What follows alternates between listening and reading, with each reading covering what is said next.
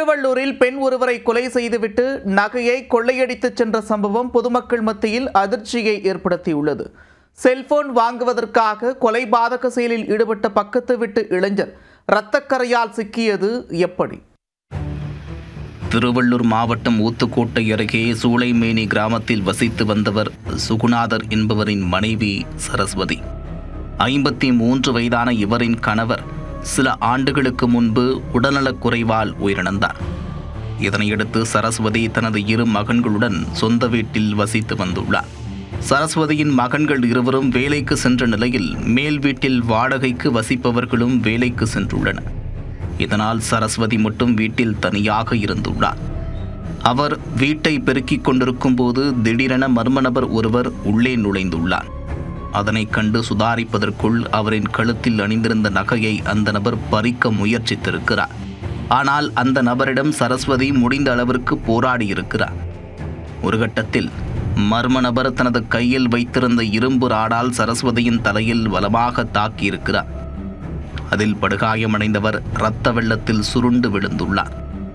உடனே அவர் அணிந்திருந்த செயின் மற்றும் தோடுகளை பறித்து கொண்டு மர்ம நபர் தப்பி ஓடி உள்ளார். சத்தம் கேட்டு அருகிலிருந்தவர்கள் வந்து பார்த்தபோது சரஸ்வதி சடலமாக கிடந்ததைக் கண்டு அதிர்ச்சியடைந்துள்ளனர்.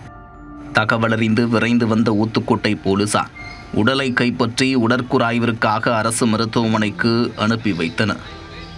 மேலும் கைரேகை நிபுணர்கள் வரவழைக்கப்பட்டு தடயங்கள் சேகரிக்கப்பட்டன. இந்த சம்பவம் தொடர்பாக வழக்கு பதிவு செய்த போலீசார் எதிர் வீட்டைச் சேர்ந்த வெங்கடேசன் என்பவரை சந்தேகத்தின் பேரில் பிடித்து விசாரித்தனர். அவர் சட்டையில் இருந்த இரத்தக்கரையை வைத்து கொலையாளி என்பதை உறுதி செய்தனர்.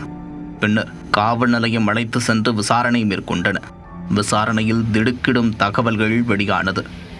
அவர் அண்மையில் புதிதாக செல்போன் வாங்கி அதற்கு முறையாக தவணை கட்ட முடியாமல் இருந்துள்ளார்.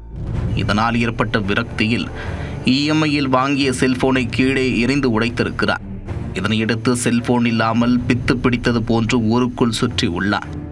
பின்னர் செல்போன் வாங்குவதற்காக எதிர் வீட்டில் இருந்த பெண்ணின் நகையை பறிக்க திட்டமிட்டுள்ளார். அதன்படி தனியாக இருந்த சரஸ்வதியை கொலை செய்துவிட்டு 2.25 சவரன் நகைகளை கொள்ளையடித்ததை ஒப்புக்கொண்டுள்ளார். இதனைத் தொடர்ந்து இளைஞர் வெங்கடேசனை போலீசார் கைது செய்தனர். ஊத்துக்கோட்டை அருகே செல்போன் வாங்குவதற்காக தனியாக இருந்த பெண்ணை எதிர்விட்டு இளைஞர் இரும்பு ராடால் அடித்து கொலை செய்து நகைகளை கொள்ளையடித்த சம்பவம் கொலை நடுங்கச் செய்திருக்கிறது.